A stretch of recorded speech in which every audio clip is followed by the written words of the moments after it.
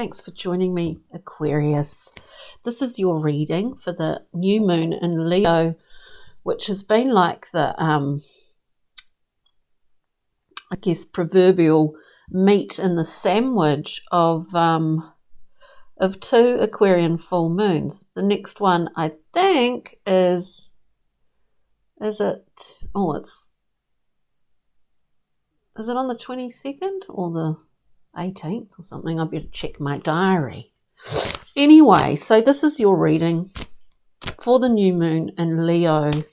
We're looking at overarching energies, general energies around you at the moment. We're looking at, we're looking at your choices at this time. Your choices at this time.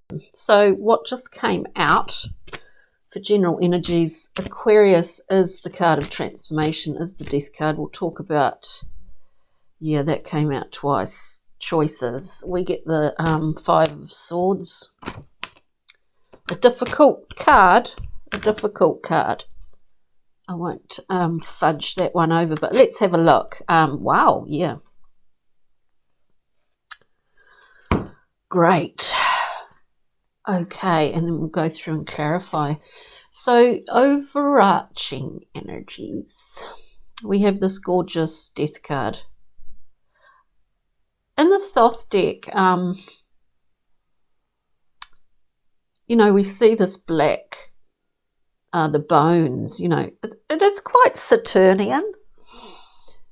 When we think of bones, those the only things that are left of us. When we have broken everything down, decomposition occurs to make room for the new, to transmorph into another thing, another stage, another phase, isn't it? So transformation is generally this time for you at the moment is about a kind of transformation occurring, which does have a time to it.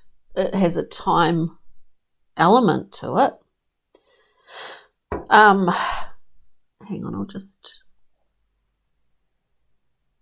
light a bit more of this lovely, beautiful sage. Then, in the position of choice, and don't get hung up on these placements too much, we have the Five of Swords, which, I often think fives are about conflict, because we need conflict in order to figure things out. We need discomfort sometimes in order to sort of suss out where we're at, and therefore, venture forward in maybe on another path, in another route.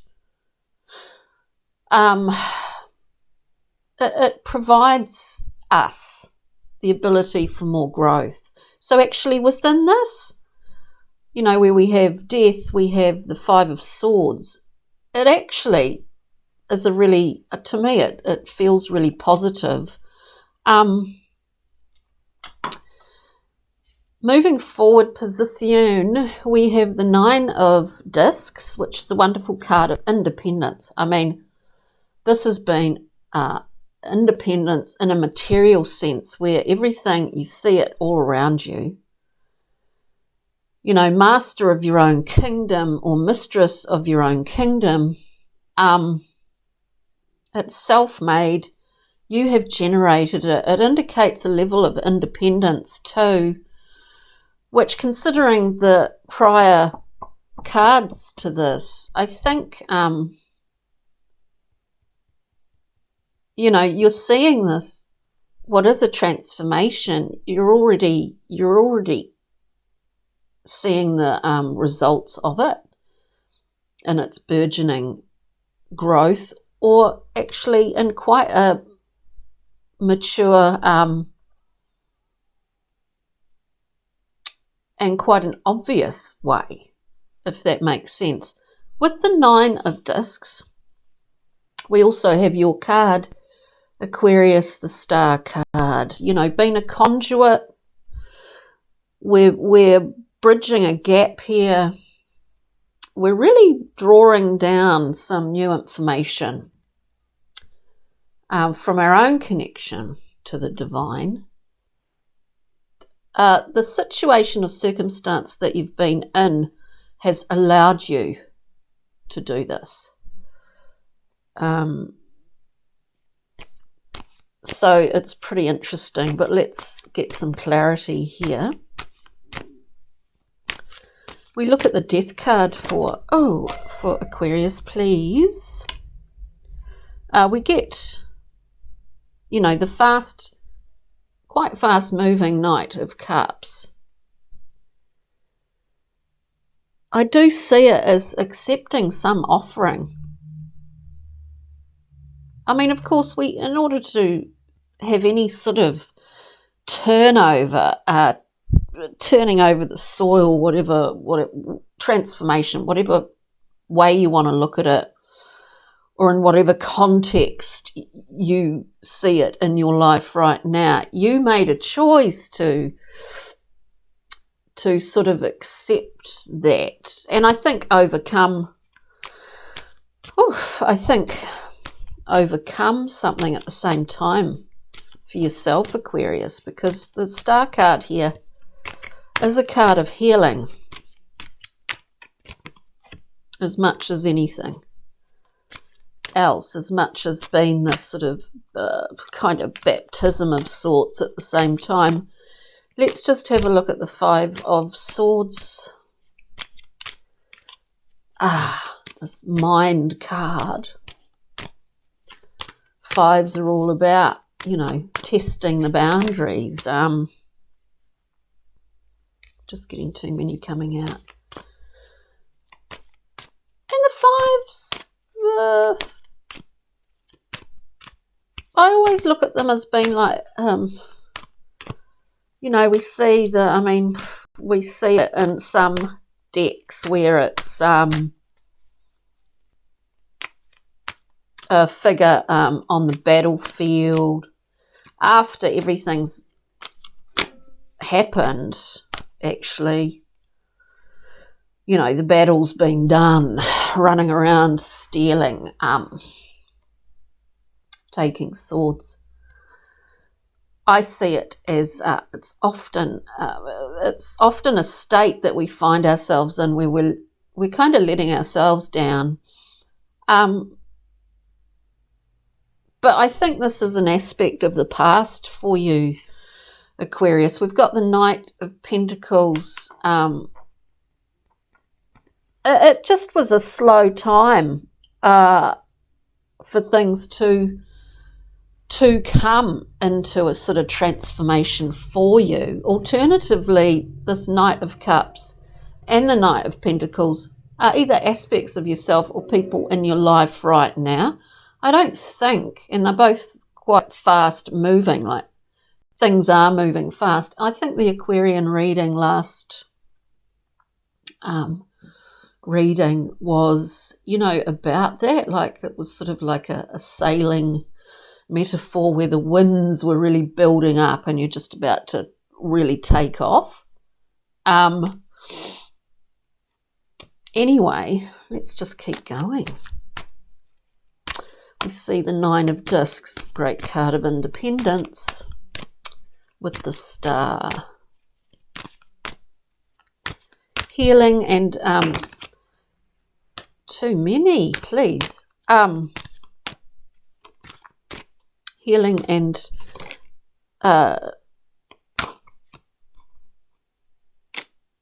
dreams, you know, wishes.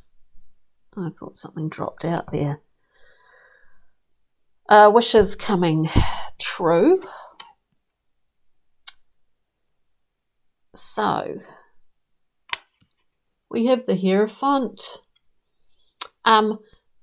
This is someone I do think that's been quite quite helpful in this whole process. a mentor of sorts. It is, if it is a person, it is someone that's provided you with information that was necessary and kind of like esoteric information, actually. And then this is odd. I mean, to me, it feels like a sort of odd reading. It's as if this has already happened, is what it feels like. It's like this has already happened. And in fact, you find yourself in the Nine of Discs, now. But all of this other stuff has already happened. But we get the three of Discs, a collaborative card, drawing in people for a collective, in some ways a collective effort. It's been a collective effort. I see a lot of this as having it's already happened, but where it's taken you is to this point. It's quite interesting. It's quite interesting, Aquarius. Feels it's a little bit mysterious to me. Excuse me. Can we get a Brian Froud, Pixie and Fairy?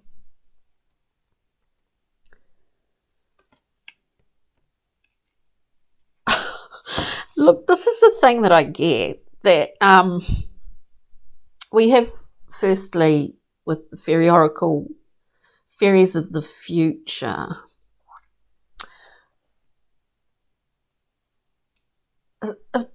A card of sort of projecting forward. And getting there it's a long time coming, but then suddenly everything just has sped up somehow. And then we get Penelope Dreamweaver, which is a card of sort of, I suppose, a personal elevation where possibly you're finding the most simplest activities incredibly pleasurable, and you're seeing the blessing in all of it. From doing the dishes to washing the floor to being out in the garden, or it's like, but you saw that before. I do often get that with Aquarius, that you see things before. It's sort of like you vision them in, but you know that you're gonna get there, is what I get from this. It's quite interesting, and in some ways, it's sort of like where you're at the moment. It has been a big transformation, but I don't think you're communicating that. You're not communicating how much of a transformation it has been for you, is what I get. And we're getting all these cards coming out. From the journey map, we get the Sprite, which is about childlike fun and surprises. Surprise. And not forgetting the sense of childlike play. Very important. Childlike play. It's like there are other characters in this reading, but it's kind of like you're the only one here now, or something. You're like in this reading. It's got a really interesting feel to it. We get the energy accountant. Now this is about our energetics, our energetic bank accounts, Are we in the red? Are we in the black? Do we need to review that, or do we not? This is quite an impersonal look at what we're putting our energy into, what we're getting back, and making a decision, you know, quite simply based on that, of saying, committing to oneself and saying, okay, well, I want what I feel to be an equal exchange here.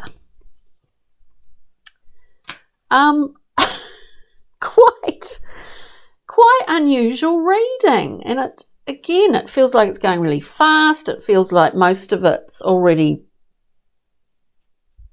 been and gone already. It's quite unusual, Aquarius. Anyway, I'm using these love cards because we know love comes in many forms, but always from the heart, isn't it? And we'll pick one off the bottom, one off the top. I'll just give them a good shuffle. And they've all got numbers on the back. They've all got numbers. Oh, this is interesting, Aquarius.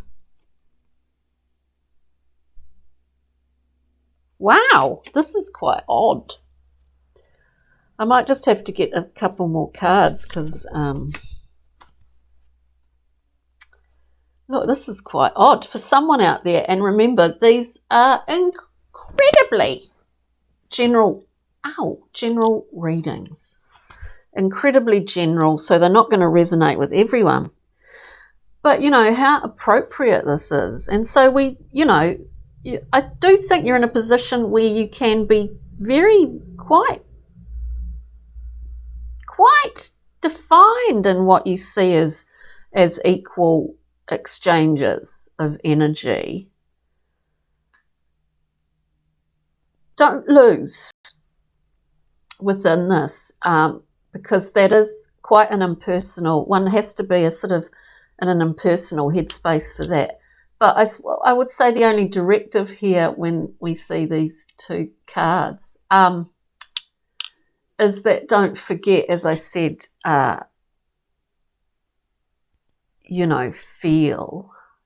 feeling. There is a necessary, what am I trying to say here? There's a reason why we do have a heart, if you know what I mean. Like, it's quite odd. So anyway, we get codependency. Not all exchange is equal. So that's, we understand. Not all exchange is equal. Of course, we've got the energy accountant there. And then we get, trust this, center yourself and feel. So there's a time and a place, there's a time to be impersonal about certain things. There's a time to allow yourself, heart to open. And maybe within this reading, maybe over this new moon in Leo, maybe in the recent past there have been characters in your life, if they're not aspects of yourself, characters in your life that have been part of, or they've been peripherally involved in what has been and is some kind of transformation for you, Aquarius. It's quite interesting. I'll just pull one more card.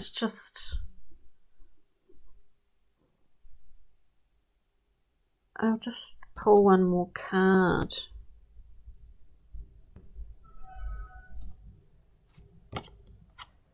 And then we have timing is everything. So altogether, quite an unusual reading, Aquarius, but check out, we get what we get on any given day. Check out your